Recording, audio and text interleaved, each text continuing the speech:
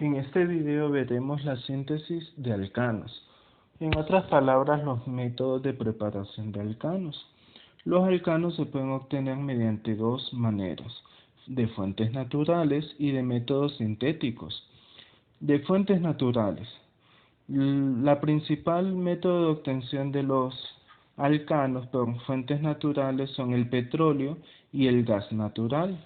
Del petróleo es una mezcla compleja de hidrocarburos líquidos y sólidos. El gas natural es principalmente una mezcla de metano, entre un 70 y 90% de metano y entre un 13 y un 5% de etano. En el petróleo vamos a encontrar gases, entre ellos metano, hasta el butano, C4H10. Encontraremos algunos éteres de petróleo que tienen entre 5 a 6 átomos de carbono. Estaremos hablando del pentano, del hexano también, y la gasolina, que la gasolina es una mezcla de compuestos entre 6 a 10 átomos de carbono, o sea, del hexano hasta el decano. Y el queroseno, que es una mezcla de compuestos de 11 a 15 átomos de carbonos, del undecano al pentadecano, aproximadamente entre los principales alcanos que podemos obtener a partir del petróleo. Las otras fuentes son las sintéticas o los métodos sintéticos. Aquí vamos a hablar de 4 fuentes sintéticas. La primera de ellas es la síntesis de Kolbe, muy utilizada a nivel de laboratorio. Esta fue ideada por el alemán Hermann Kolbe. Consiste en la descomposición electrolítica de un éster de sodio que se halla en solución acuosa por acción de la corriente eléctrica. En el ánodo se produce el alcano más anhídrido carbónico y en el cátodo se produce hidrógeno más hidróxido de sodio. Aquí vemos la representación como se haría en el laboratorio y vemos que en el ánodo se estaría obteniendo nuestro alcano. En cambio, en el cátodo, una mezcla de hidróxido de sodio e hidrógeno. La fórmula general de un éster sódico es esta que tenemos acá. Esto tal vez todavía no es muy familiar todavía, aunque ya se han empezado a estudiar los grupos funcionales. Pero acá tenemos un éster. El éster en el grupo funcional es el carbono doble enlace oxígeno y un enlace simple a otro oxígeno. Como es un éster sódico, está unido a un sodio. Esta R significa una cadena de carbonos de cualquier extensión. A través de una electrólisis en medio acuoso se va a dar la ruptura a nivel de este enlace. Como es una mezcla, hay muchas moléculas del éster sódico y dos radicales R se unirán formando un nuevo alcano del doble de la cadena R. Si esta cadena tiene 2 carbonos, mi compuesto resultante tendrá 4. Si esta mezcla tiene un solo átomo de carbono, mi producto tendrá 2 y así sucesivamente. Los subproductos siempre serán hidrógeno gaseoso, hidróxido de sodio en el cátodo y en el ánodo, acompañando a mi alcano, dióxido de carbono, también llamado anhídrido carbónico. Bien, veamos algunos ejemplos. ¿Cómo podríamos obtener etano utilizando la síntesis de Kolbe? ¿Cuántos átomos de carbono tiene el etano? 2. Quiere decir que mi compuesto, mi éster sódico, debe poseer únicamente un carbono, ya que el producto se duplica. Entonces vemos acá, el compuesto con el que yo iniciaré tiene un solo átomo de carbono, un CH3 unido al grupo carbonílico, que me da la forma de mi éster sódico. A través de la electrólisis se da la ruptura a nivel de este enlace, uniéndose dos grupos metilos o dos radicales metilos, formando el alcano. Siempre los productos o subproductos, dióxido de carbono hidrógeno e hidróxido de sodio. Ahora queremos obtener el butano. El butano tiene 4 átomos de carbono. Bien, al tener 4 átomos de carbono, quiere decir que mi cadena lateral, mi cadena R del éster, debe poseer únicamente 2 carbonos. Debe poseer esta estructura, que es lo que vemos acá, fíjense. Esta estructura unida al grupo éster o al grupo carbonílico, y este compuesto se llama propanoato de sodio. A través de la electrólisis, la ruptura se da a nivel de este enlace y dos radicales etilos se unen duplicando su estructura de 2 a 4 carbonos, formando el butano. Como subproducto, dióxido de carbono, hidrógeno e hidróxido de sodio. Bien, la segunda síntesis o el segundo método es el denominado síntesis de Grignard. Este consiste en 2 pasos. En un primer paso se hace reaccionar un halogenuro de alquilo con magnesio en presencia de éter anhídrido libre de agua, obteniéndose un halogenuro de alquil magnesio denominado reactivo de Grignard. Bien, vamos a partir de un halogenuro de alquilo. Un halogenuro de alquilo significa que un alcano, este hidrógeno, se ha sustituido por un halógeno.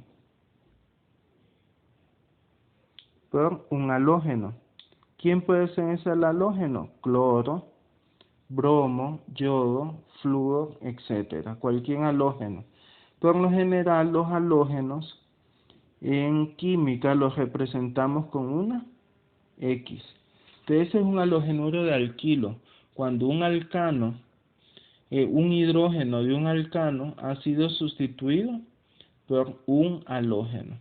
Entonces, ese halogenuro de alquilo reacciona con magnesio, formando un complejo denominado halogenuro de alquil magnesio, o únicamente como reactivo de Grignard. Si nos fijamos, el magnesio se interpone entre el enlace carbono-hidrógeno, formando ese nuevo complejo. Una vez formado el reactivo de Grignard, se hace reaccionar con un ácido de Bronsted. Ese ácido de Bronsted puede ser únicamente agua, tan simple como agua. El agua es un ácido denominado ácido de Bronsted. Este reacciona rompiendo el enlace que hace el carbono con el magnesio y enlazándose a un hidrógeno, formando un alcano más un complejo de magnesio. Mi producto principal es mi alcano. ¿Cuál es la diferencia entre la síntesis de Grignard y la reacción de Kolbe? La síntesis de Kolbe. En la síntesis de Kolbe mi producto se duplicaba la cadena a la que habíamos iniciado. En la síntesis de Grignard la cadena se mantiene con el mismo número de carbonos. Solamente se da la sustitución de este de este halógeno por un hidrógeno, formando mi alcano. Veamos unos ejemplos para que quede más claro. Si partimos del cloruro de etilo, cuya estructura es esta, ¿cuántos carbonos vemos? 1, 2. Quiere decir que mi producto que obtendré en mi alcano tendrá también únicamente 2 carbonos, o sea que obtendré etano. Ese cloruro de etilo lo reacciono con magnesio. ¿Qué va a suceder? Este magnesio se enlazará justamente entre el enlace del halógeno y el carbono, formando el reactivo de Grignard. Como habíamos mencionado, se llamará halogenuro. En este caso, ¿quién es el halógeno? Cloro. Entonces, cloruro de etil magnesio. En el segundo paso, ¿qué sucedía? Reaccionaba con un ácido de Bronsted, que yo les mencioné que es agua. Esta agua, ¿qué va a suceder con ella? Hará que se rompa este enlace y ingresará un hidrógeno. Este CH2 pasará a CH3, formando el etano. El agua me queda en forma de un grupo OH que se une al magnesio, formando mi complejo de magnesio. En el segundo caso, parto del yoduro de propilo, 1, 2, 3 carbonos, quiere decir que el compuesto que obtendré será de 3 carbonos, el propano. El primer paso, reacciona con magnesio en presencia de éter anhidro, porque es necesario que haya éter, porque en el segundo anhídrido específicamente, o sea, libre de agua, para que la reacción en el segundo paso que usaremos agua no se vea afectada desde el inicio. Entonces debe ser éter anhídrido, libre de agua. Entonces se da la reacción, obtendremos mi yoduro de propilmagnesio, mi reactivo de Grignard, donde el magnesio se entrelaza entre el carbono y el halógeno. En el segundo paso reacciona con un ácido de Bronsted, y fíjense que aquí tenemos otro ácido de Bronsted, en este caso el metanol. Los ácidos de Bronsted más utilizados en química orgánica son agua y cualquier alcohol, sobre todo alcoholes de bajo peso molecular como el metanol o el etanol. Aquí sucede lo mismo, se da la reacción sustituyendo o rompiendo este enlace. A este CH2 ingresará un hidrógeno formando CH3, CH2, CH3, que es mi propano. Y este oxígeno se enlazará al magnesio, CH3, oxígeno, magnesio y yodo, formando mi complejo de magnesio. Bien, la tercera síntesis es la síntesis de Würms. Esta se hace reaccionar un halogenuro de alquilo con sodio metálico, originándose el alcano y una sal aloidea. Al igual que en la síntesis de Grignard, partimos de un halogenuro de alquilo. Antes lo hacemos reaccionar con magnesio, ahora lo hacemos reaccionar con sodio metálico. El sodio metálico es sumamente reactivo, así que fíjense que no ocupamos catalizador. Es una de las pocas reacciones en química orgánica donde no se utilizan catalizadores. Entonces, ¿qué va a suceder? Este sodio ataca al halógeno formando NaCl, NaBr, dependiendo del halógeno, o sea, una sal aloidea. Al romperse este enlace, dos radicales eres se unirán formando un alcano. Al igual que en la síntesis de Kolbe, mi alcano final será del doble de átomos de carbono del halogenuro inicial. Veamos un ejemplo. Tenemos el yoduro de metilo. Lo hacemos reaccionar con sodio. Entonces yo sé que se va a dar la ruptura de este enlace. El sodio se enlazará al yodo formando yoduro de sodio. Y dos radicales metilos se enlazan entre sí formando el etano. Bien, y la última síntesis es la hidrogenación catalítica de alquenos. En esta tenemos que un alqueno reaccionará con hidrógeno en presencia de catalizadores, que pueden ser platino, paladio o níquel. Se dará la ruptura del enlace pi. Si nos recordamos, el doble enlace está formado por un enlace sigma y un enlace pi. El enlace sigma habíamos mencionado que está formado por dos orbitales híbridos sp3 y que es muy fuerte. Y el enlace pi estaba formado por los orbitales p libres y que eso lo hacía un enlace más débil. Así que al momento de una reacción, el enlace que sufre es el enlace pi. Así que se rompe ese enlace pi y los dos hidrógenos ingresarán uno a cada átomo de carbono donde estaba el enlace pi, que ha desaparecido, o sea, ha sufrido la ruptura, formando de esa manera nuestro alcano. siempre en presencia de uno de estos tres catalizadores. Veamos un ejemplo, el 1-buteno. Lo hacemos reaccionar con hidrógeno en presencia de platino, solo ocupamos uno de ellos. ¿Qué va a suceder? La ruptura del enlace pi, y a cada uno de estos carbonos ingresará un átomo de hidrógeno. CH3 quedará acá y este quedará como CH2, que es lo que vemos acá, CH3, CH2, CH2, CH3, obteniendo el butano. En la hidrogenación catalítica de alquenos, también obtenemos alcanos de igual número de carbonos del reactivo con el que se inicia. Bien, estas son las técnicas de síntesis de alcanos, ya sean a nivel natural, que sus principales fuentes son el gas natural y el petróleo, o la síntesis a nivel de laboratorio o industrial, que tenemos 4, la síntesis de Kolbe, la síntesis de Grignard, la síntesis de Wurtz y la hidrogenación catalítica de alquenos. Bien, una de las propiedades químicas que habíamos mencionado de los alcanos y que el otro nombre que ellos tienen es parafinas.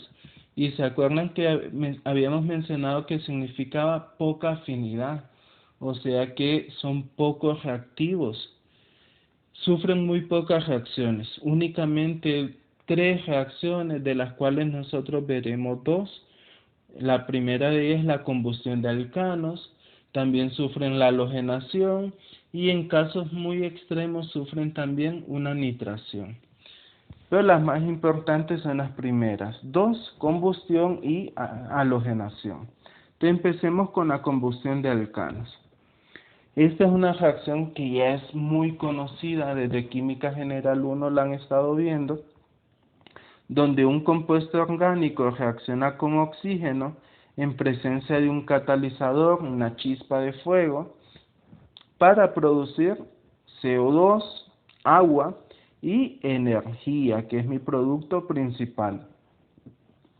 Dependiendo la cantidad de oxígeno, la reacción de combustión puede ser de 2 tipos, una reacción completa o una reacción incompleta.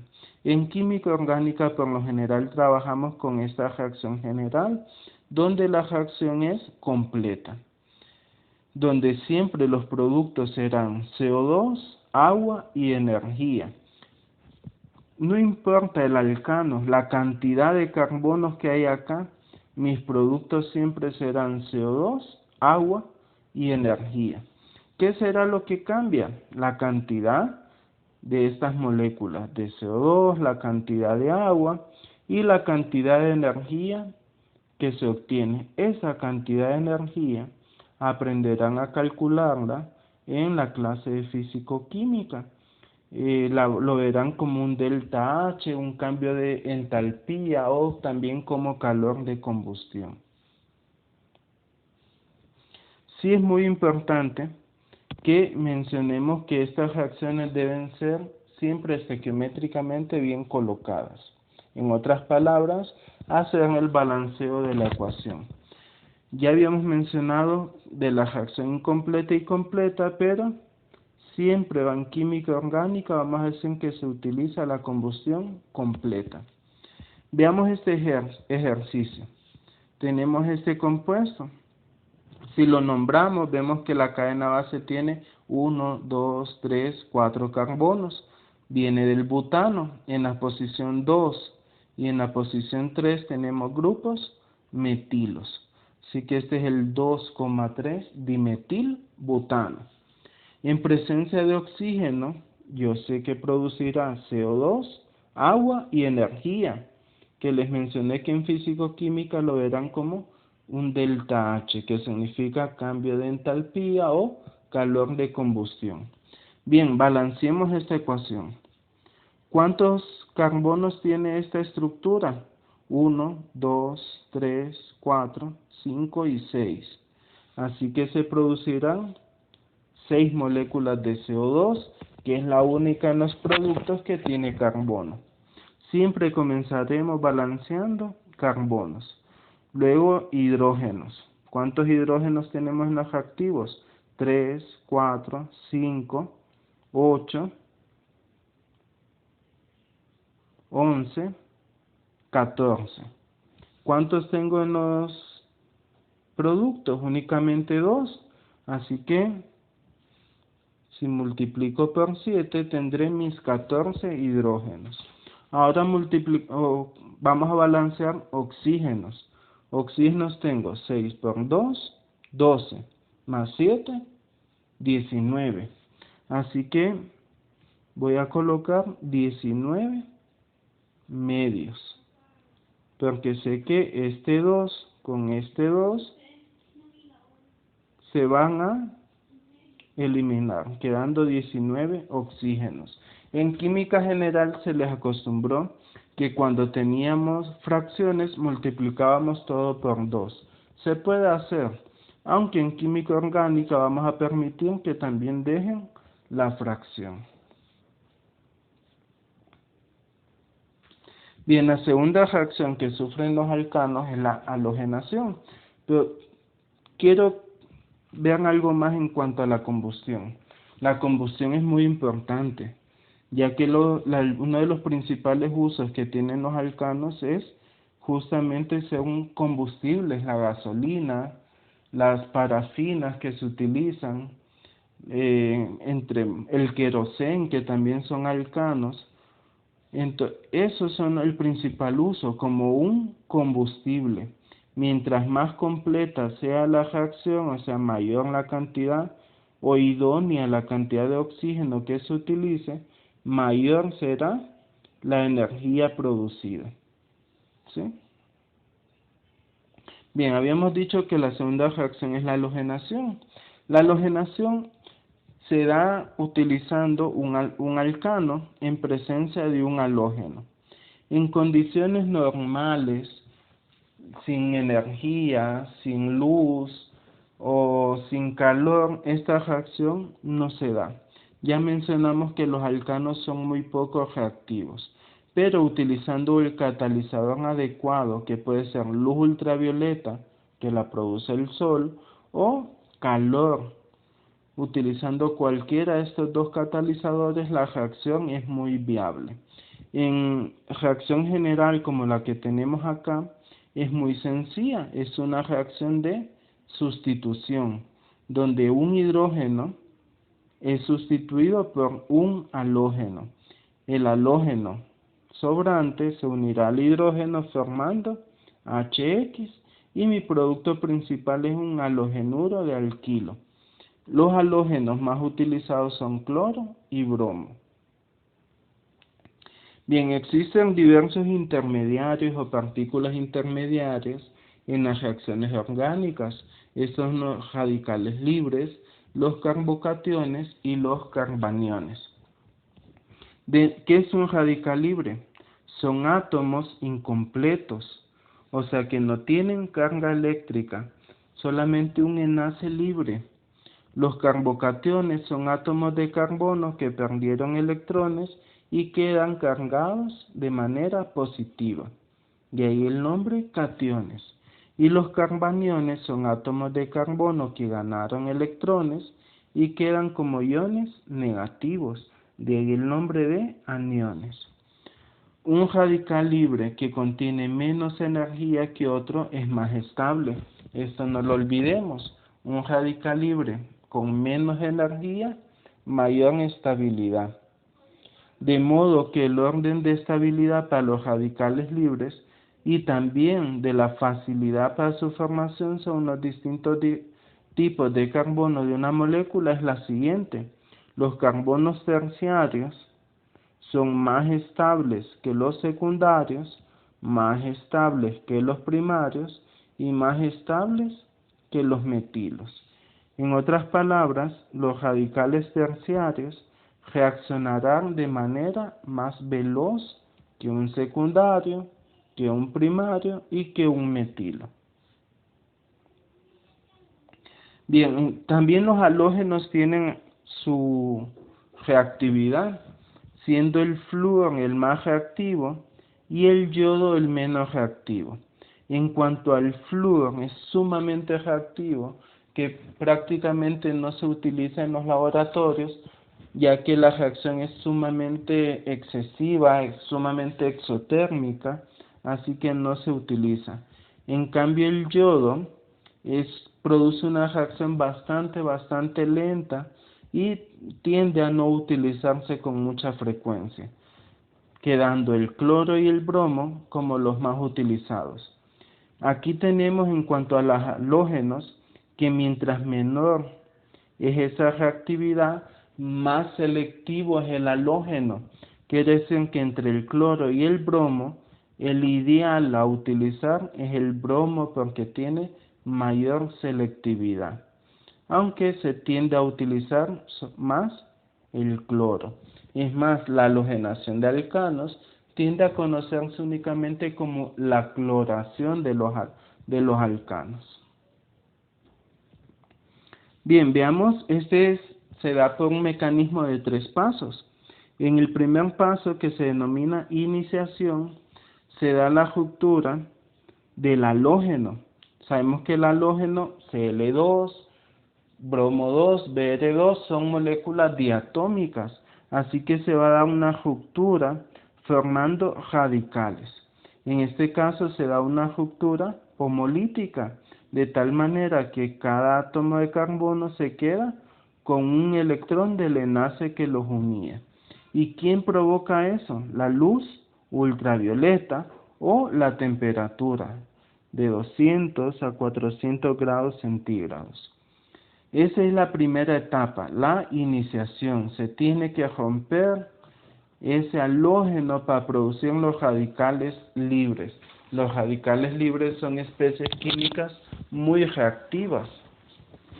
En la segunda fase, que se denomina propagación, ese radical libre que les acabo de mencionar, que es una especie química muy reactiva, ataca al alcano, rompiendo el enlace más débil de un alcano. En un video anterior habíamos mencionado que el enlace más débil de un alcano es el enlace carbono-hidrógeno, porque está formado por un orbital híbrido, sp3, y el orbital S del hidrógeno. Así que ese es el enlace más débil de un alcano, nunca los enlaces carbonos-carbonos, que son completamente formados por orbitales híbridos sp3. Entonces el halógeno irá y romperá ese enlace carbono-hidrógeno formando HCl y formando un radical libre alquilo. Pues ustedes se dirán, en un compuesto pueden haber muchos carbonos y todos de ellos o la mayoría de ellos poseen hidrógenos. ¿A quién atacará este halógeno? Ahí el orden de reactividad que vimos antes, que un radical terciario es más estable que un secundario, más estable que un primario. En otras palabras, atacará con mayor facilidad los carbonos terciarios que un secundario o que un primario. Si no hay carbonos terciarios y hay secundarios, el secundario será el que sea atacado con preferencia, ¿sí? Entonces, si hay un terciario, será el terciario, no un cuaternario. ¿Por qué no un cuaternario? Porque los carbonos cuaternarios no poseen hidrógenos. Entonces, en esta fase, en la propagación, el halógeno atacará el enlace carbono-hidrógeno del carbono terciario con mayor preferencia, formando un radical terciario. En esa misma etapa, el radical terciario ataca a otra molécula de halógeno, formando el halogenuro de alquilo y dejando otra vez un radical halógeno. Hasta esta segunda etapa ya se formaron mis dos productos principales, el halogenuro de alquilo y el HCl. En la última etapa, que es la terminación, ¿qué sucede?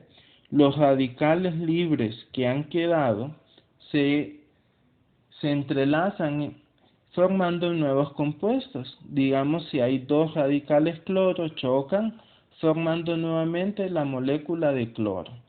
Si hay dos radicales terciarios libres que no han reaccionado con cloro, se chocan entre ellos formando un alcano del doble del tamaño que el original. y pueden nuevamente chocar el radical terciario con un halógeno formando más halogenuro de alquilo. Pero como les mencioné, hasta la segunda etapa, que es la fase de propagación, es donde se obtienen los productos principales.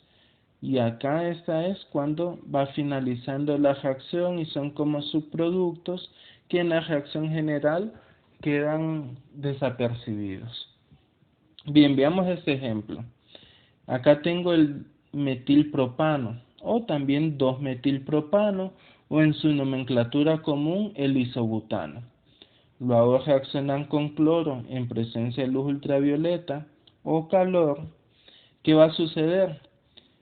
Fíjense, este carbono posee hidrógenos, este también posee hidrógenos.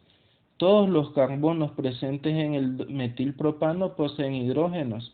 ¿A dónde atacará el halógeno? ¿A cuál de ellos? Habíamos mencionado que al carbono terciario. De todos los carbonos, este es terciario, ya que tiene 1, 2 y 3 enlaces a carbonos.